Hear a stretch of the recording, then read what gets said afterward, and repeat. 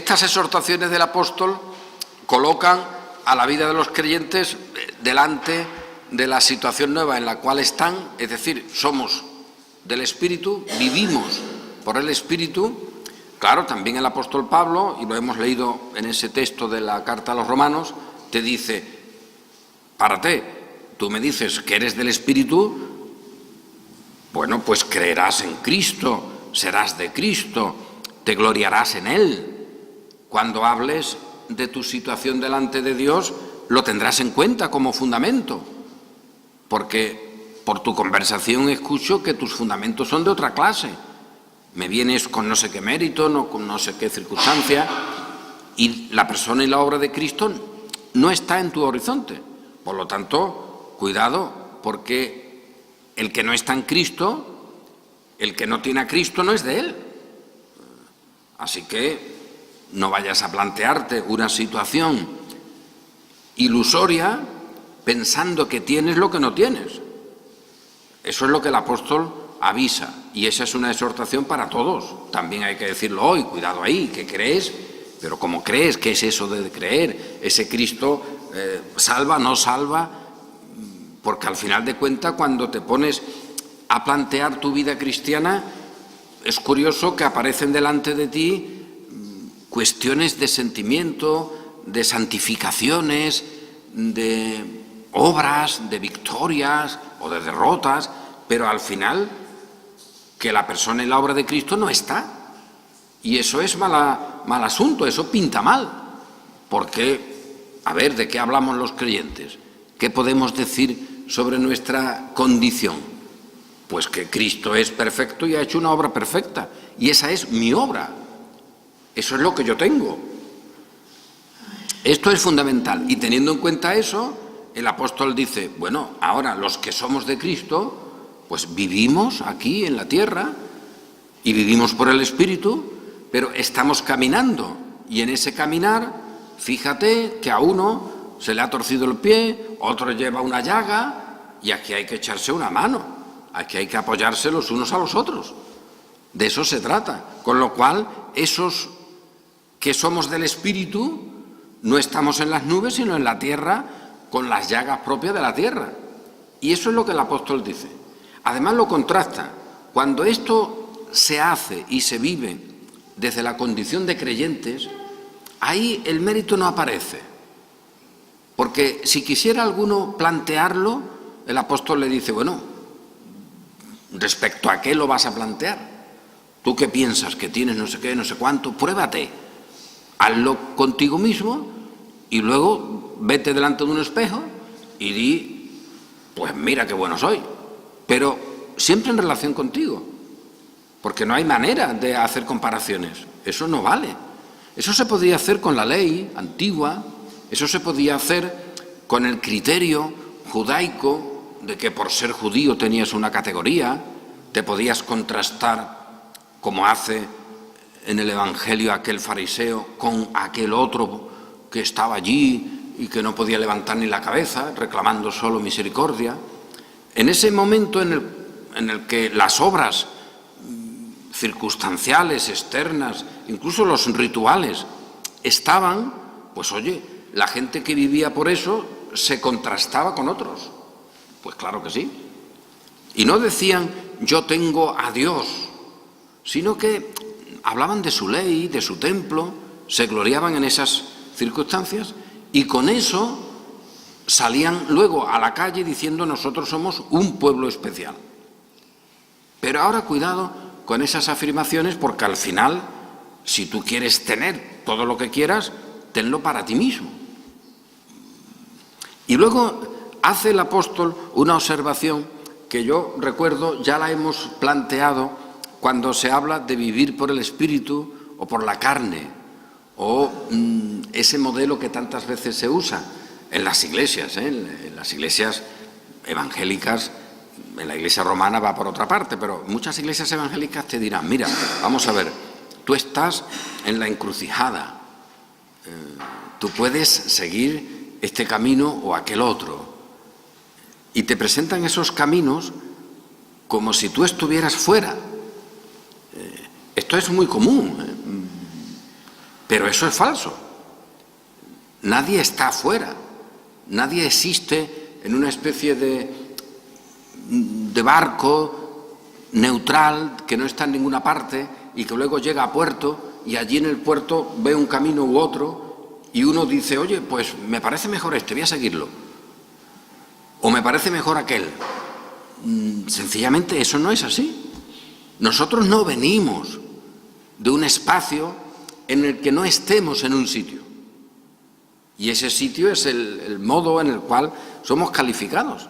Nosotros no estamos en una situación neutral y luego nos ponemos en un camino que es del espíritu o en otro camino que es de la carne, por poner esos ejemplos que luego se pueden pintar de mucha manera. No estamos así. Nosotros ya somos de una situación. Es más, nos dice la Escritura, todos hemos sido de una situación y es la condenación. Pero ahora el Señor nos ha rescatado. Y a los que hemos sido rescatados, pues ahora se nos califica como hijos de Dios. Por lo tanto, estamos en esa condición. Esa condición no es algo que está delante y que uno la puede alcanzar. No, eso es de Dios. Eso es como ser engendrados. Nosotros somos engendrados sin nosotros.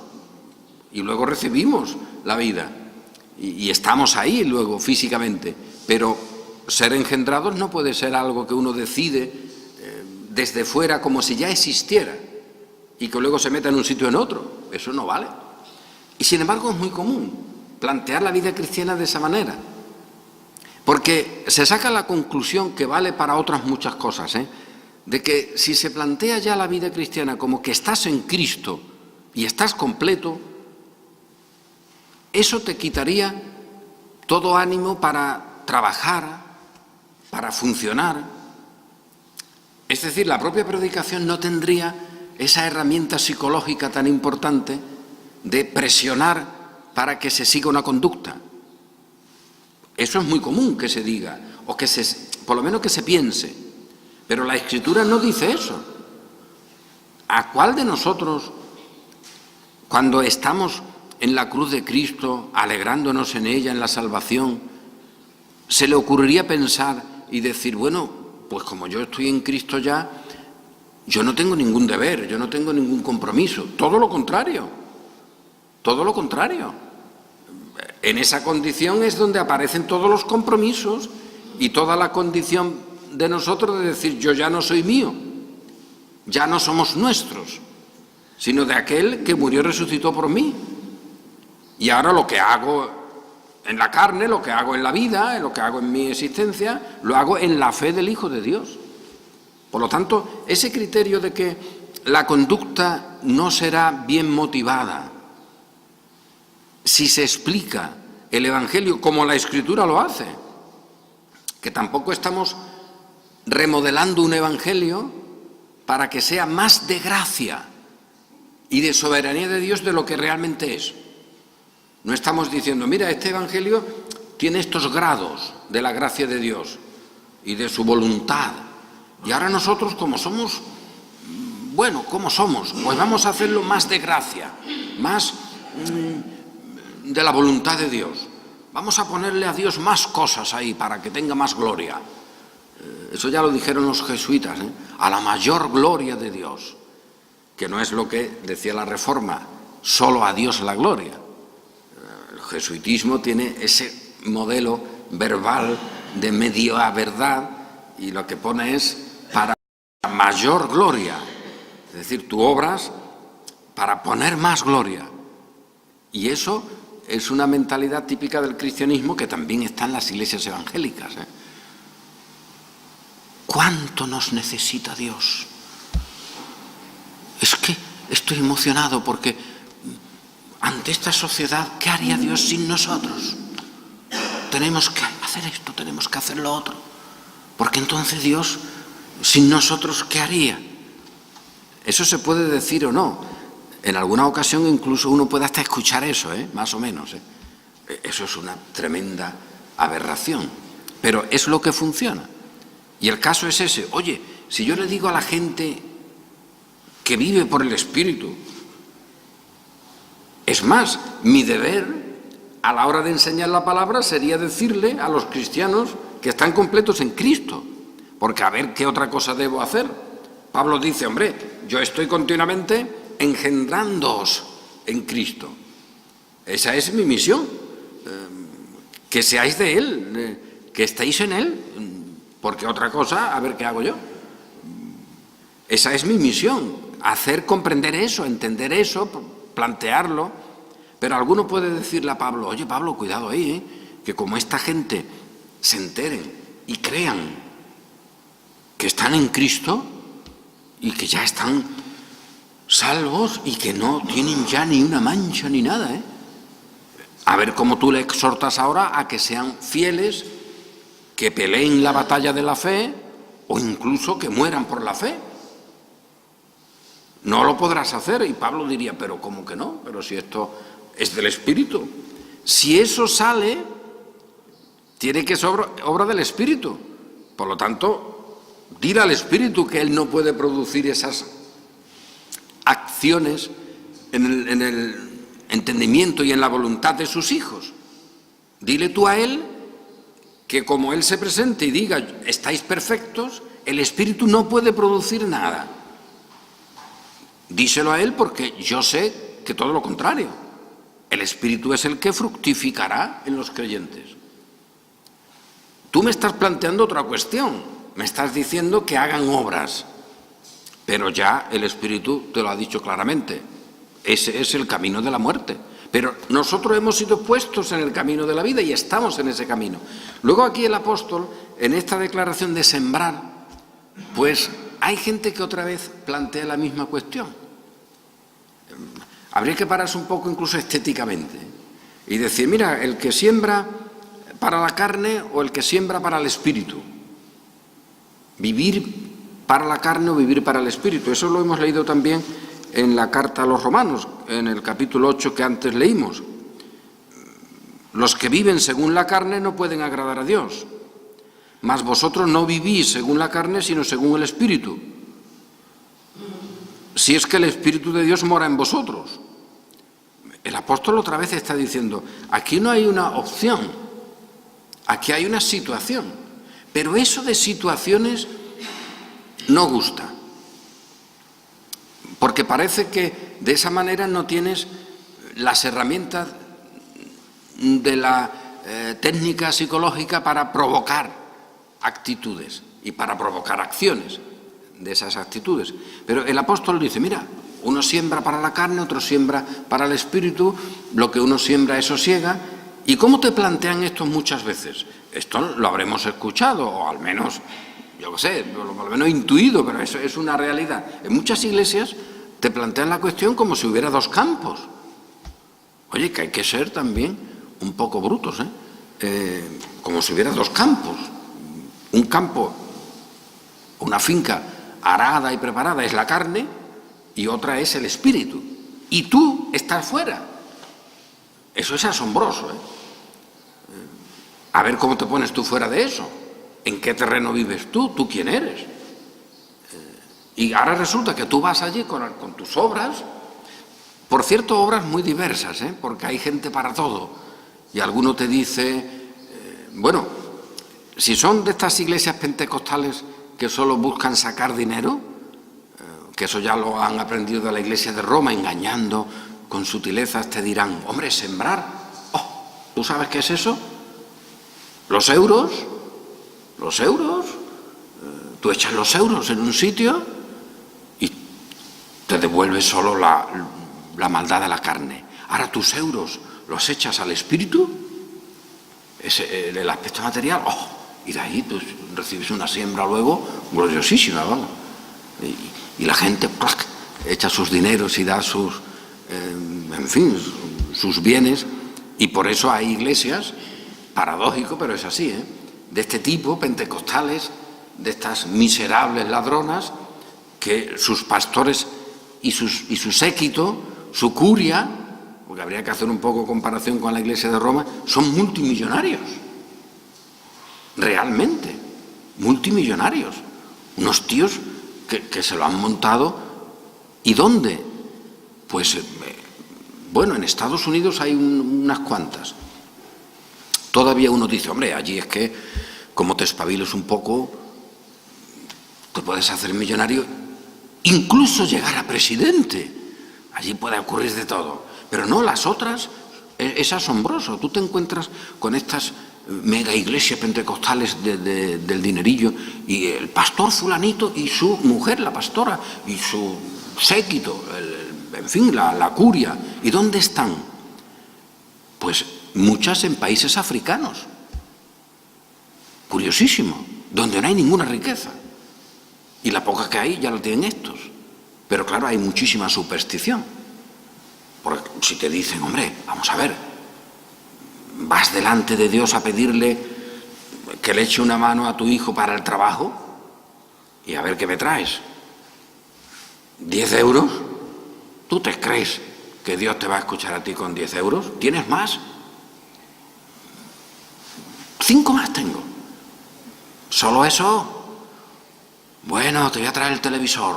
Y esto no es una broma, ¿eh? Estas cosas ocurren. Voy a traer el televisor a la iglesia. Y ahí lo pongo. Y ya no tengo más. ¡Pla, pla, pla, pla! Un aplauso al hermano. Este ha sembrado para el espíritu. Este es un tonto que tendría que haberle dado un gorrazo al que estaba ahí enfrente. Pero estas cosas ocurren. Pero el modelo es ese. Ya digo que hay gente para todo. Y muchos, a la hora de sembrar, solo piensan en lo terrenal. En que se siembra con el euro. Alto ahí, que también es un elemento de los que tenemos que administrar. Pero el planteamiento es, oye, que yo llego con mis euros o mis obras o mis cuestiones, que cada uno apunte las que sea, las llevo yo, no están en ningún sitio. Esas no pertenecen, esas no han nacido de ninguna parte. Curioso, ese fruto no ha salido de ningún sitio. Y están ahí, y está la imagen que queda, ¿eh? Y luego te dice, mira, aquí hay un terreno que es la carne, y aquí hay otro terreno que es el espíritu. Que nadie te define, que eso es otra, nadie te define. Porque muchísimas cosas que son claramente de la carne, algunos te las pondrán como que están en el terreno del espíritu. Hemos puesto ejemplo de eso algunas veces. Por ejemplo, hoy lo repito, los monjes estos que se iban a los monasterios en el desierto. A ver, ¿eso es de la carne o del espíritu? Hombre, del espíritu. ¿Ese dónde está sembrando? Pues hombre, allí en el espíritu está pegándose pedradas, está luchando contra los diablos, mujeres en sueños solamente, pero por allí eso es del espíritu. La Escritura te dice del espíritu, esas hechicerías, esas blasfemias, eso es de la carne, hijo. Te has cambiado de sitio. Resulta que tú estabas pensando en que te ibas allí para sembrar para el espíritu y estás sembrando para tu carne. ¿Por qué? Porque eres de la carne y no te lo han dicho. Pero tú has imaginado que tú llegabas y decidías. Y este es el modelo. Un modelo sutil. Porque parece que es así, porque cuando Pablo dice, hombre, si uno siembra para la carne o siembra para el espíritu, siega lo correspondiente. Porque todo lo que el hombre sembrare, eso también segará.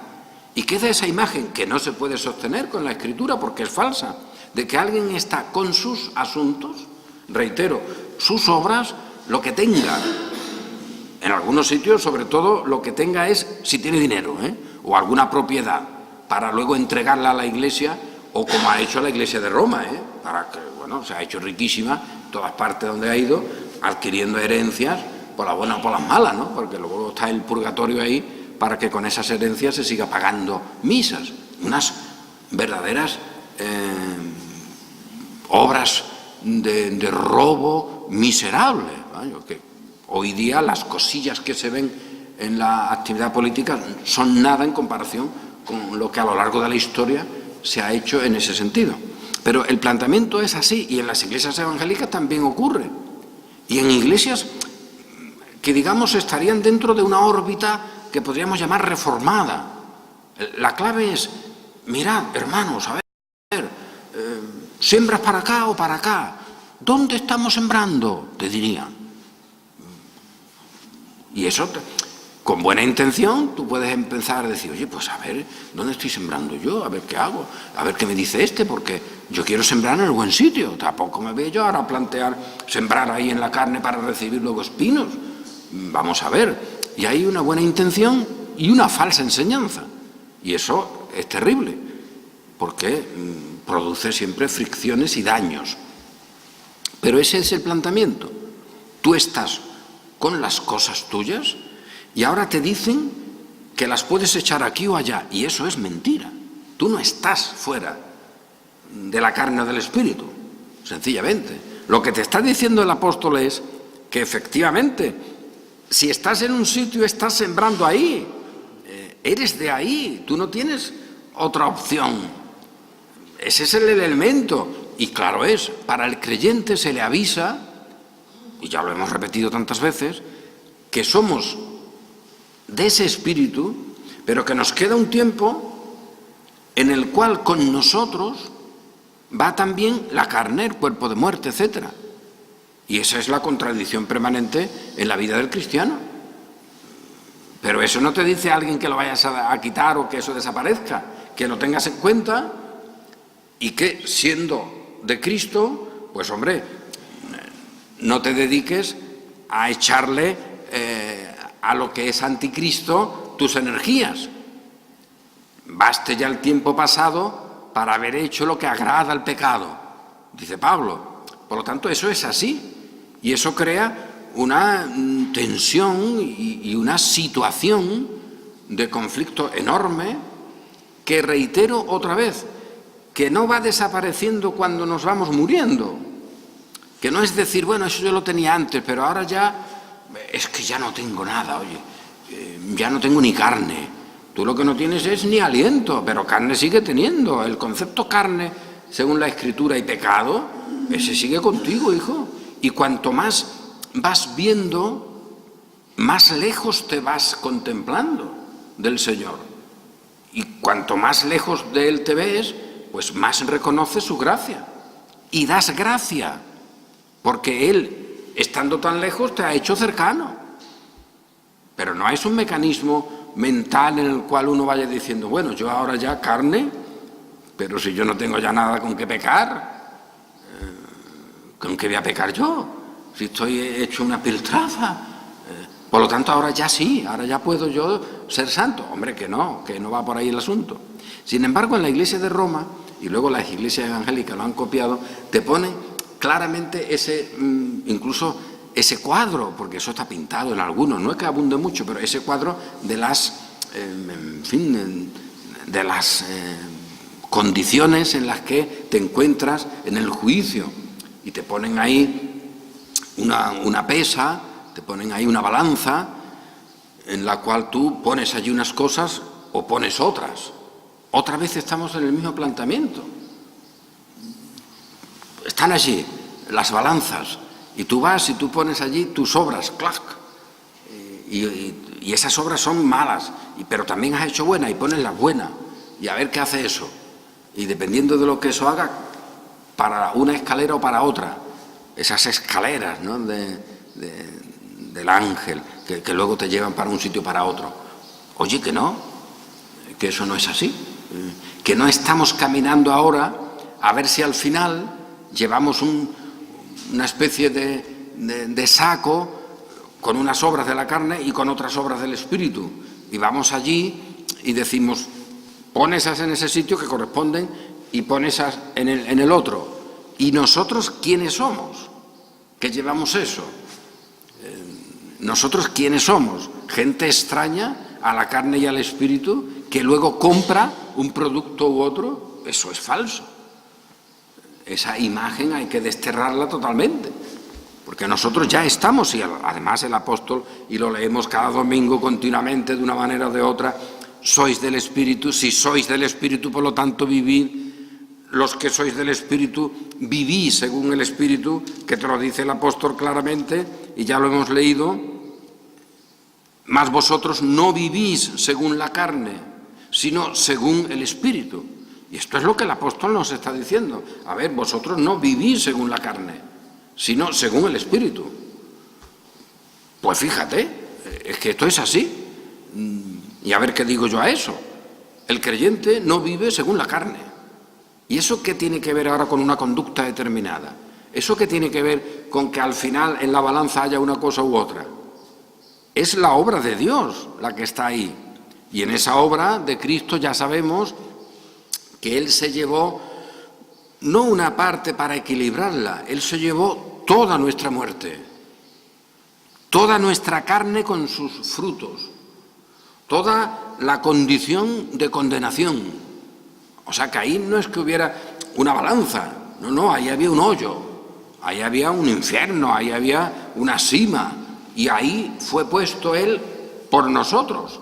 O sea que nosotros no estábamos en un sitio para ver dónde nos gustaba más, estábamos en la muerte. Y todo lo que haya en nosotros, eso era.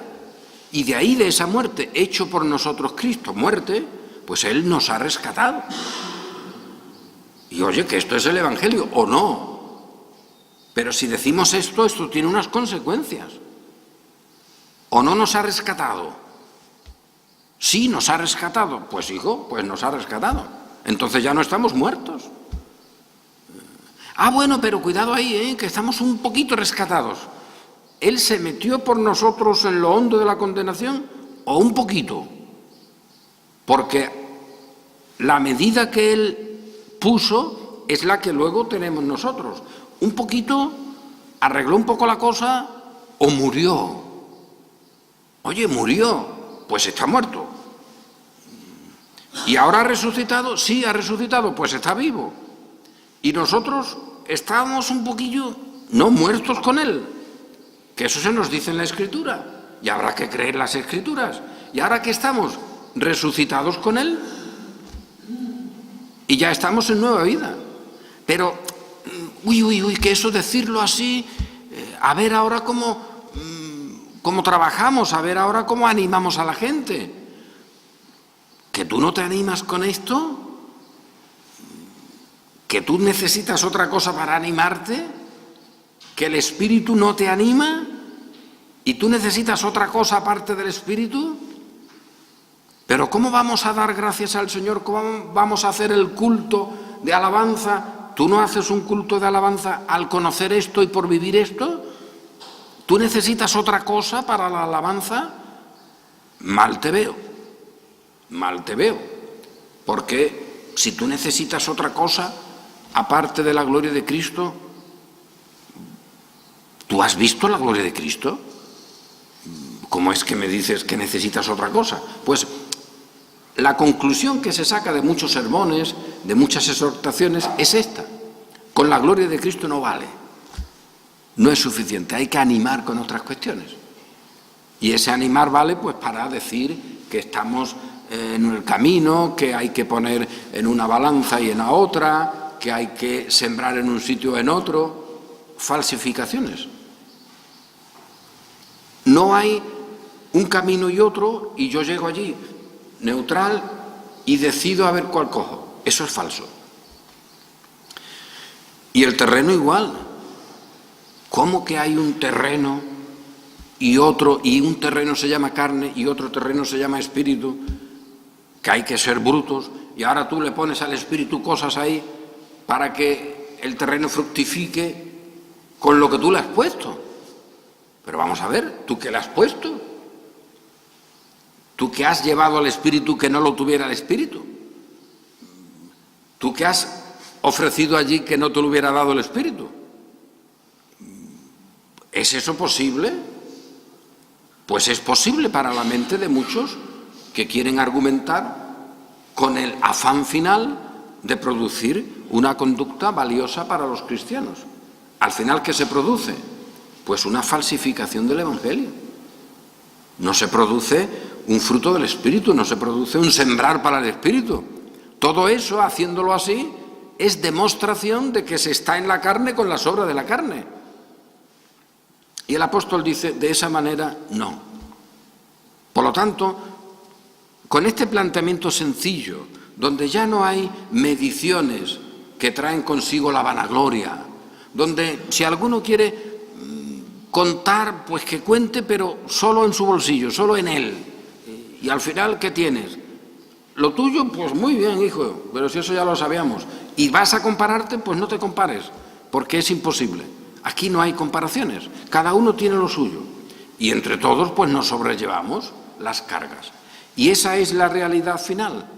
Oye, no nos cansemos de hacer bien.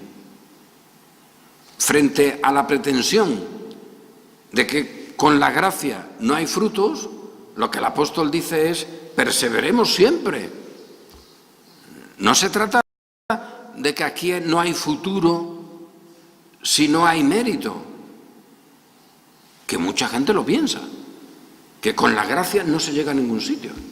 Con el poder de Dios, ¿a dónde vas a llegar? Con ese Cristo que anuncia el Evangelio, ¿quién te va a querer? ¿Quién te va a recibir? Pues nadie, si eso ya lo sabemos. Los creyentes, los que son de Cristo, y como estos son de Cristo, vendrán y ninguno faltará. Y esto es lo que tenemos por delante. Y esa es la gloria del Señor manifestada en el tiempo. El grupo de creyentes, sean de una clase, sean de otra, ya lo decimos tantas veces, con una pinta, con otra, con una lengua, con una raza, con una nación, con otro modelo de vivir, con una cultura, con otra, de todas partes. El Señor ha hecho un solo pueblo y es glorioso, porque lo ha hecho Él y se la ha presentado a esa iglesia delante de sí mismo, sin arrugas, sin manchas, sin cosa de qué avergonzarse. No hay condenación. Y como no hay condenación, pues según tengamos oportunidad, hagamos bien a todos. Bien. Como eso se entienda, especialmente a los de la familia de la fe. Y seguiremos viendo a esta familia de la fe, si Dios quiere, en los próximos domingos. Pero hoy quedémonos de nuevo con esta palabra y reflexión de que estamos en Él, en Cristo, somos del Espíritu, vivimos por el Espíritu y sembramos en el Espíritu. Y al lado de eso solo está el que es de la carne, vive en la carne y siembra para la carne.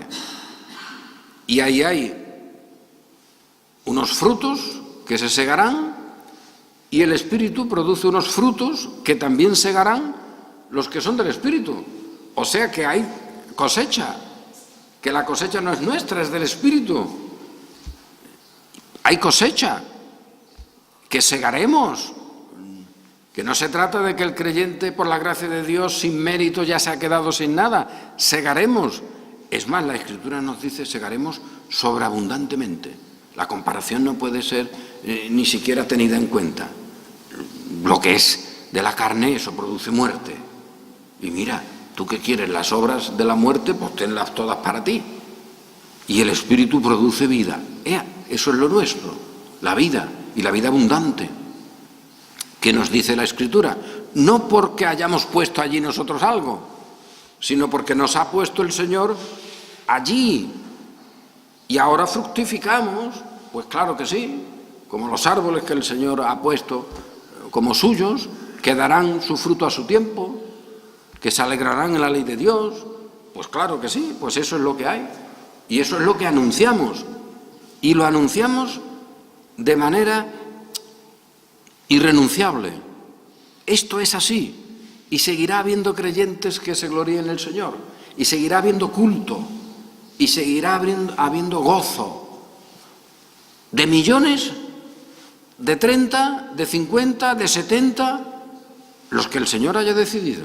En cada tiempo. Ni uno faltará.